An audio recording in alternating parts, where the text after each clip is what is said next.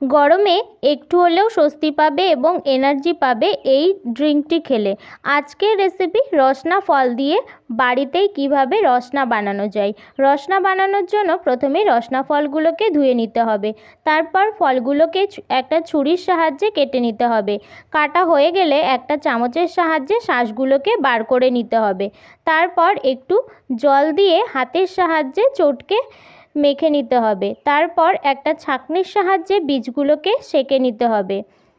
একটা গ্লাসে রসনাটা ঢেলে নিতে হবে। তারপর পরিমাণ মতো চিনি ও বিট নুন দিয়ে ভালো করে মিশিয়ে নিলেই রেডি রসনা।